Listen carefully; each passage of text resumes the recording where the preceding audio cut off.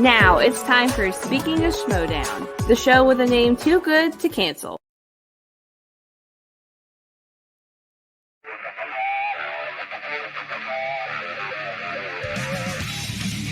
Hey everybody, Jay Wade back here with another This Is Not That Show. I just started to do the intro for my song reaction videos. That's great.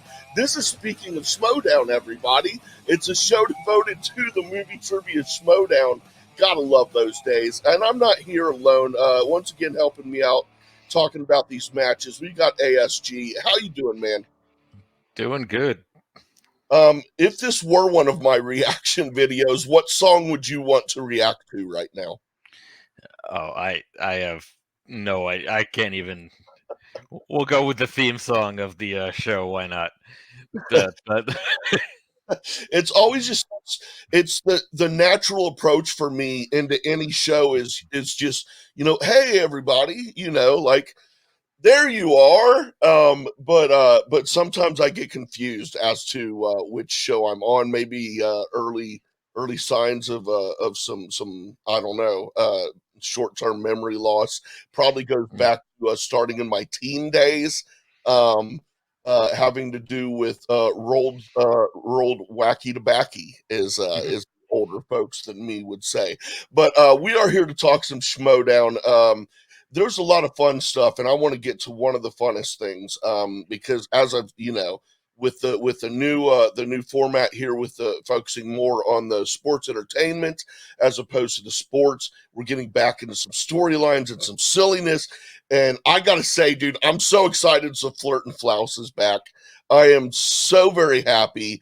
I also want to say that the Guild was a very long time ago, and I love Brett, but he I would I don't he broke character. Am I correct when he started laughing and stuff like that? Was that? yeah, probably, yeah. It's funny, and I'm glad they left it in. I would never remove that kind of stuff because it's absolutely great. I love that sort of thing. But it just I was like, man, it's been a long time since the Guild, man. Brett might want to brush up on trying to hold a straight face. But then again, that's what you love about Brett Sheridan, the person, But what are your feelings on the Flouse coming up and joining the Schmoedown from the FCL? Well, I definitely like the Flouse better as a manager than a player. um, I think it is a more suitable role.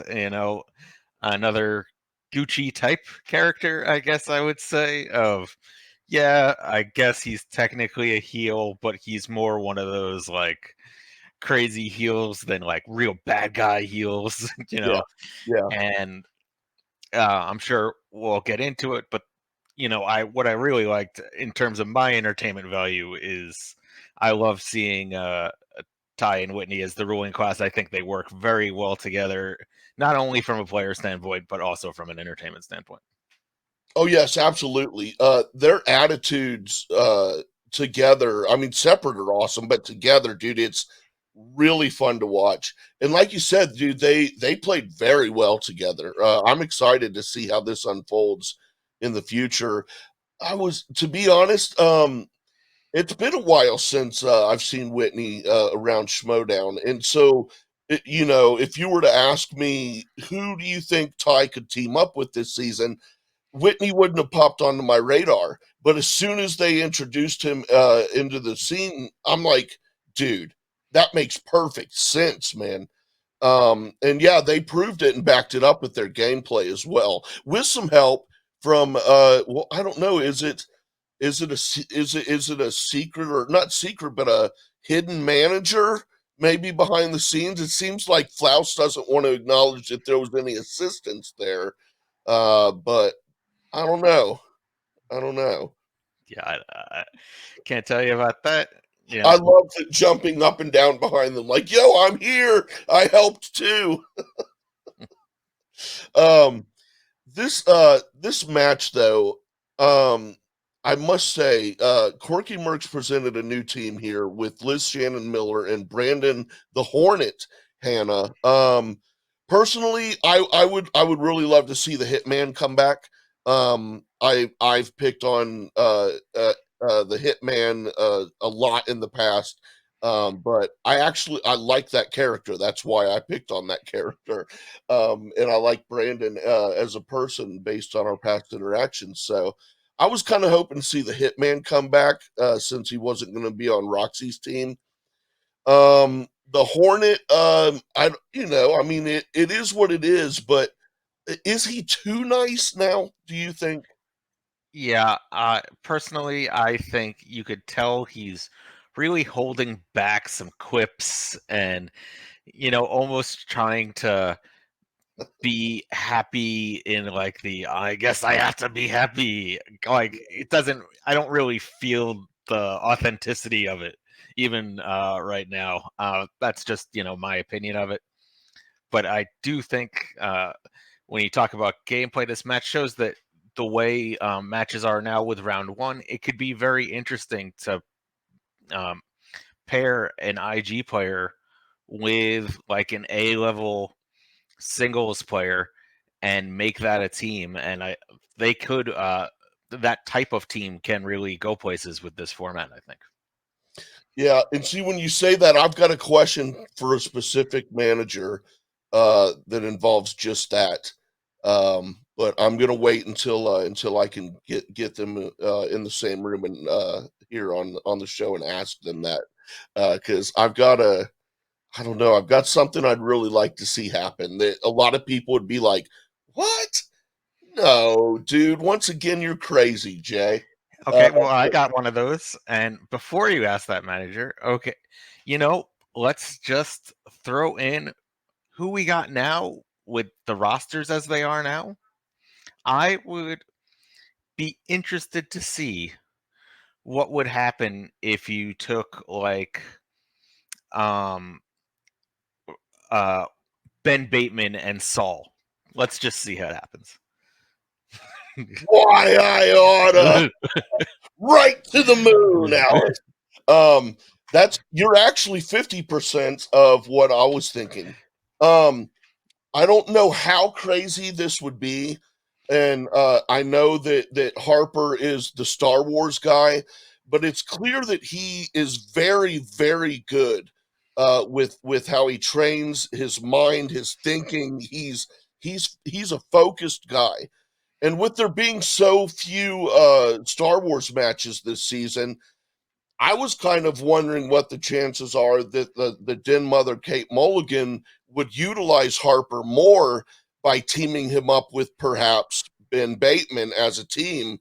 I because in my mind, he's so valuable that it would be a shame to only have him in a handful of matches or contributing to on that lower level to the overall faction.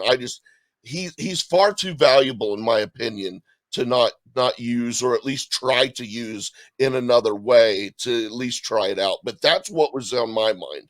But I mean, Okay. you're right too. I could see Saul and Bateman for sure. Yeah, I'm thinking more on the IG side than the Star Wars side. But if you want to talk about the Star Wars side, Alex Damon has played in IG, and Zach Burkett, when he was originally looking to be drafted, said he would be interested in playing in IG. So that's another person with maybe more of an expounded knowledge base. And actually, if you want to go pure Star Wars that has never mentioned IG, when they have their podcast and they talk about questions, I think Andrew Demolanta might have some knowledge he doesn't even realize he has. Really, yeah. But, And you know that something else that I think is going to be interesting is having the factions limited to 5 players. It allows more opportunities to experiment with players in other divisions that weren't there before, and I find that interesting as well. Because and I'll stick with Harper because in my mind, he's a great example of, you think Star Wars and then you don't even really consider anything else, but it might work, dude. I don't know. Maybe this dude like maybe this dude knows more about Die Hard and action movies than he does Star Wars. I kind of doubt it.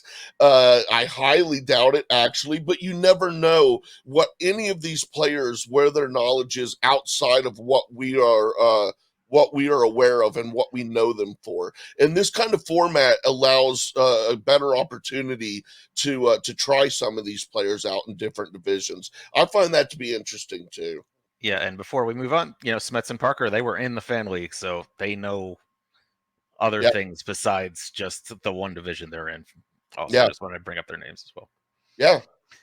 And before we do move on to the main event, was there anything specific? Because I mean, your mind is more detail focused. I'm more of like when I watch the Schmoedown, I find details that like strike me, but I'm more watching it overall, like the big picture. But you notice more details than I do. That's one thing I like about talking with you about Schmoedown. Is there anything specific that you noticed that stuck out in your mind? The one thing that stuck out in my mind was Hannah's 2-pointer regarding the hook question.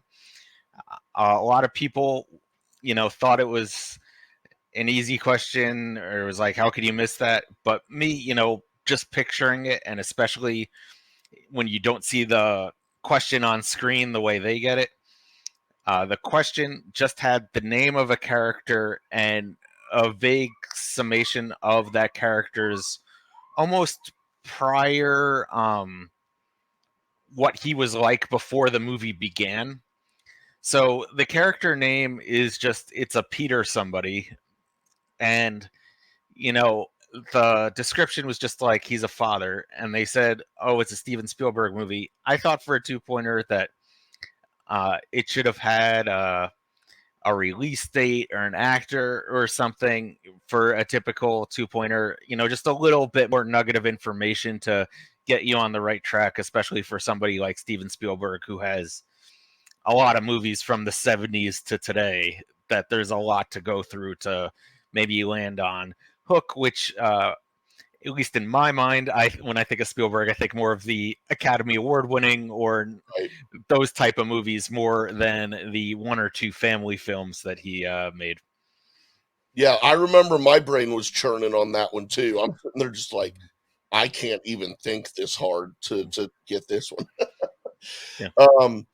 You had brought up Smets, which takes my mind to the dungeon, which takes me to Janine the Machine joining the dungeon.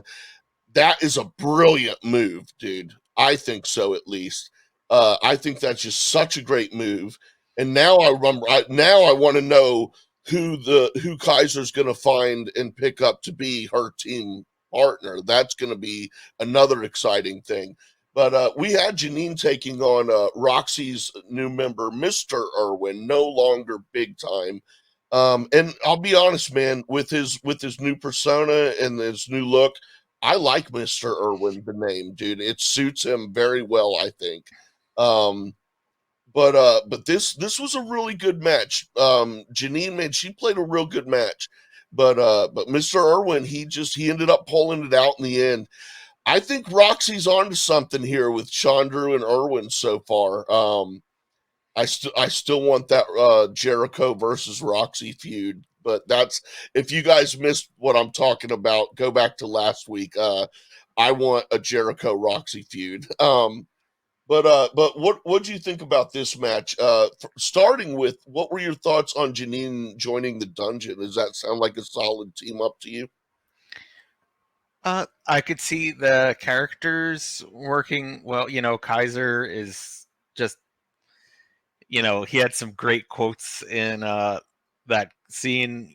So on that level, I think that works well. I We'll have to see about the rest of the dynamic, and then the question to me is what you were saying with the teammate. It seems like a lot of the top talent is kind of scattered around in these multiple factions that they've now created. So it now becomes a question of who Janine can team with, since like, oh, it can't be this person, they're on that faction. They can't be this person, they're on that faction as the dominoes are falling. My hope is, or not hope, yeah, I guess we'll go with hope, is that Dan comes on, says, hey, Ben Bateman didn't tell me anything, rejoins the dungeon and teams up with Janine. I think that would be an interesting team. Yeah, I think so too. And I just thought about something as you were talking there. Something, excuse me, something that I think could be cool, and ask you what you think the chances are of this. But say you've got a dungeon that has 3 players. Janine needs a partner, and you've got another faction that's got 2 players, and one of their guys needs an apartment needs a player. What are the chances that we get a faction merger this season to bring 2 factions together and like that kind of a thing? That would be interesting. I can't go into the mind of Christian for that one, of what his thoughts would be. So I guess that's just wait and see.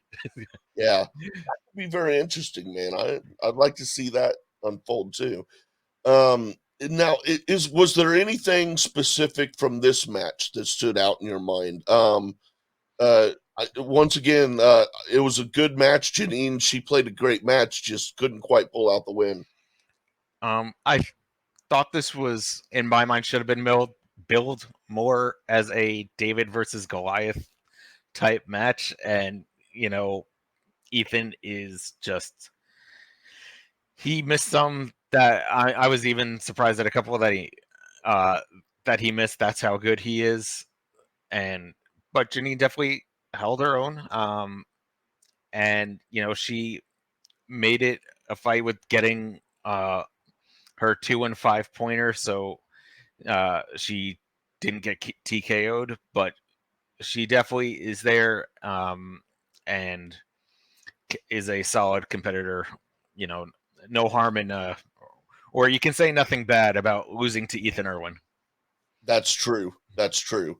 I definitely wouldn't, but then again, I would lose to a house plant, so I can't say much about that.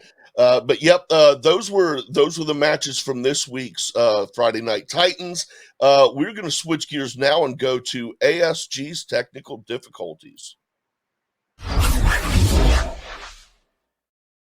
So we were just talking about the Irwin versus Janine match, which brings us to round 2 of Janine's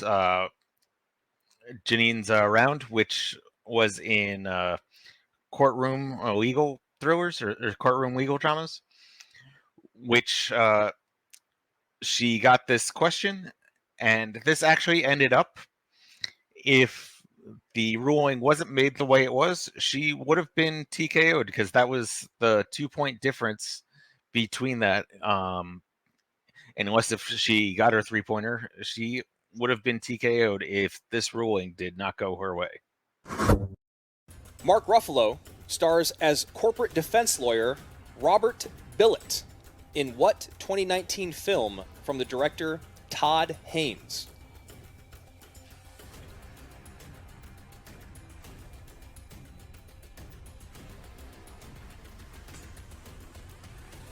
Blackwater. That is incorrect. Mr. Irwin for the 2-point steal. Mark Ruffalo stars as corporate defense lawyer Robert Billet in what 2019 film from director Todd Haynes? Is it Darkwater? That is a brutal steal, Ellis. Not correct. That is not the correct answer. Oh, no. Is Dark Waters? It was Dark Waters, but the answer wagered was Dark Water, singular. Unfortunately, Dark Waters is the answer we were looking for. It's the slimmest of margins here. So, as you can see, Ethan was a letter S off from that movie title. And this, I believe, was the correct ruling to make. I don't know if the line judge said anything in anybody's ear, or if Ellis just made the ruling himself and, there was no need to go to anybody. And you can see that Ethan waved off the idea of challenging from Roxy, which I believe is the correct move. He realized his mistake as kind of it was being said. He's like, oh, it had an S. Oh, that, okay, move on. And this really, you can tell when they were going over the rules at the beginning of this year that this is the level of detail that you're going to need in a movie title. You can't be close enough. You have to actually get the exact title, so it's good that they're sticking with that, what they said. Water and Waters, those are two different titles. Do you agree? Yes, absolutely. So, yep. So I just want to say, good job by Mark Ellis. Good job by the rule in general. Good job by Erwin not challenging. Yeah. And because I think that makes it even clearer, I'd rather not see a challenge and then them have to say, no, this is the title. Like, no, just go with what the rule is, unless if you have a reason to be like, oh, well, alternately in some other, area when it went to, that it changed the title at some point. That's not what happened. So good job all around, and we hope to see more rulings like this in the future, and it'll make these segments a whole lot shorter because much less controversy, in my opinion. So yeah, and I'd like to refer again, if you've not seen last week's episode, not this specific situation, but in this wheelhouse, last week on technical difficulties, we talked about the T2 answer that video Drew gave, and Ellis prompting her for the full title. And we discussed whether or not officials should be able to prompt and whatnot. So if you're interested in that, go check that out from technical difficulties last week. It's like I said, it's in the same wheelhouse, but absolutely agree with everything you said. Yeah, and actually that's a perfect example, is that the reason why that prompt occurred is because she said T2. Most people, if you say T2, they know what movie you're talking about. I'm sure if Ethan said that movie to somebody, most people know what movie you're talking about. However, that's not the official title of the movie. So, and if you're going to have a movie trivia competition, should be the official full title of the movie. And we'll be watching for future matches to make sure that these kind of rulings are the way they are according to the rules. And if things end up as non-controversially as they are in the future, we'll have to be going back to past matches because we'll have nothing to say. Completely agreed. Well said. I ain't got nothing else to say. You said it all, and I agree. And now, everybody, we're going to move on to top threes from Euro Schmo. Hello, it's Liam and Ben from Euro Schmo here with our top threes of the week. Now, this week we're going to be doing it a little bit differently, and we're actually going to show you the clips because we feel like we need to give you a bit of a reminder of what we're talking about this week in particular, as we're going to be discussing the top 3 reveals in the Schmoedown. So, without further ado, here is number 1, and we are going all the way back to Clark Wolff making her decision. Now, what's the decision? Okay, so JTE. He's looking at me. First of all, you guys know, I've said it before, before I came on my match with Josh McCouga, I watched every Schmoedown at least once, sometimes twice. And I saw how good of a fucking competitor you are. Like, your shit.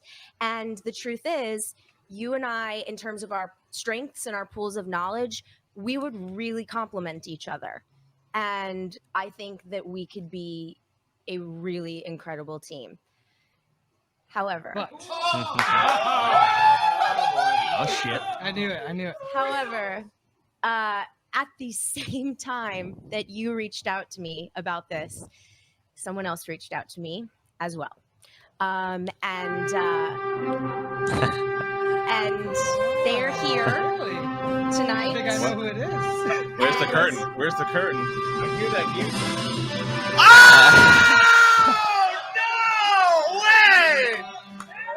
Unbelievable! Okay, so that's our number 3. And we're kind of cheating because it didn't happen technically on the Schmoedown. It happened on Schmoes now. Schmoes know, but it was all Schmoedown related. And I remember that happening. And that's when I was so invested by this point. And I was like so excited to see what they could do together. We also got the reveal that night of JTE's new partner, which ended up being Jeff Snyder.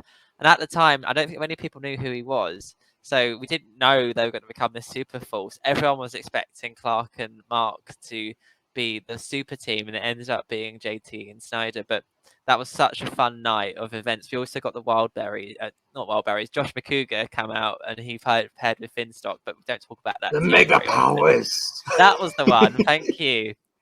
So it was a really, really fun reveal, and they were teasing that for a while, and that had to be on our list. So what did you think of that one, Ben? That one has so much nostalgia for me, even though I had to go back and watch it after finding the Schmoedown years later. I still love that moment. It is beautiful. Her joining with Mark and Draco was a surprise for me. And then, like, the Patriots becoming a thing, even though I knew they became a thing, how they became a thing was still a surprise. And it was just awesome to see. And hey, it got 2 awesome teams out of that, and B team, but yeah. It was one of the very first reveals as well, so we felt like we had to give it some justice and put it on our top 3 list. Okay, on to number 2, and for this one we are going to Spectacular 2. Fights first competitor. What? Oh, wow. Wait a minute, Mark and Draco's fucking lying. Mark and Draco wearing the tattered hobo clothes. Mark and Draco's part of the Lions Den. So, obviously not as long as the clip for that one, but still just as effective. Now, this one had been brewing for a long time. Emma had been teasing that she had a player. We had no idea who it was. I don't think many people saw Mark and Draco being the one. Obviously, as alluded to there, at the time, he was on the Lions Den. So it's a bit of a shock to all of us when he switched factions over to Emma. And it ended up being a really nice pairing. Obviously, we knew what Emma then went on to get with the Shire Wolves and the Shire Wolves and Draco. Like, what a dream team that is. But Ben, what were your thoughts on that one? That was probably the babyface moment of the Schmoedown. Mark and Draco turning face, turning away from the Lion's Den and becoming the great android that we know him to be since, and later on joining with Jeff as well, even. Fantastic moment. I don't think him joining with Jeff would have had as much of an impact had he not first been... Yeah, exactly. Had he not been part of the... Yep. Earlier on in the season as well, we had that match where it was Robert Meyer Burnett and Draco against Rachel alone. And I think that was the point where he realised that he didn't like being a part of this faction anymore and ended up switching to be on the light side with Emma. And we all love the 5 Club, so that was a real fun change for him. And now we're on to our number 1. I don't think you're going to be shocked by it, but I want to reminisce and experience this moment again. So without further ado, here is our number 1.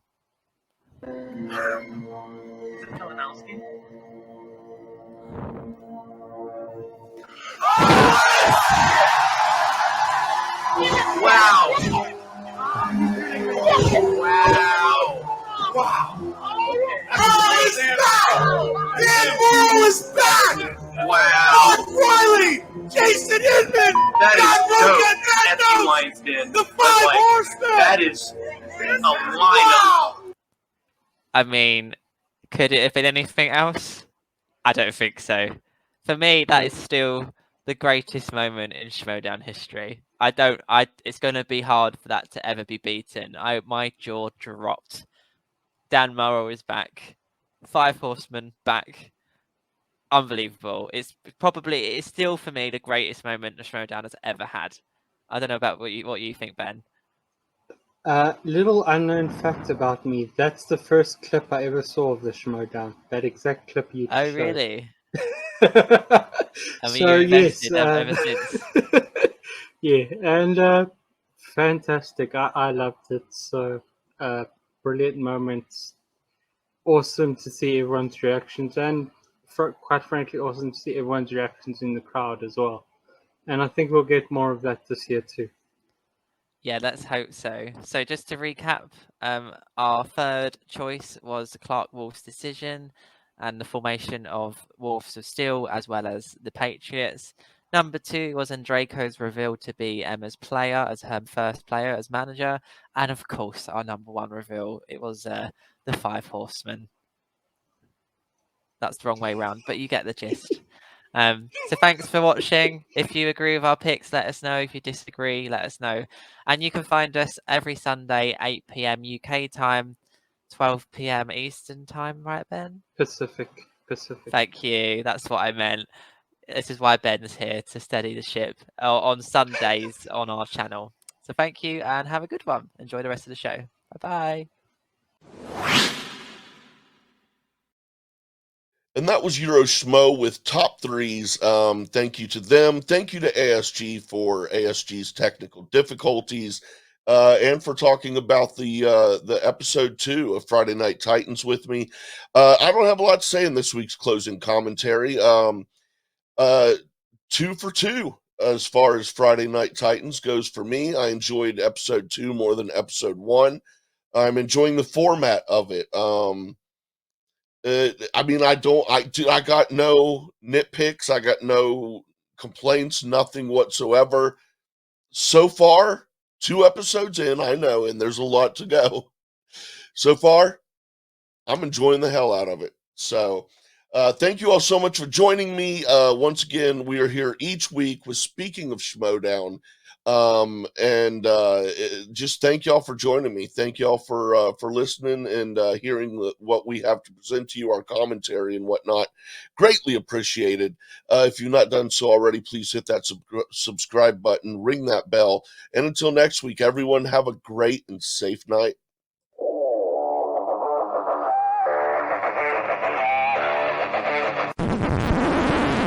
You want to hear something funny?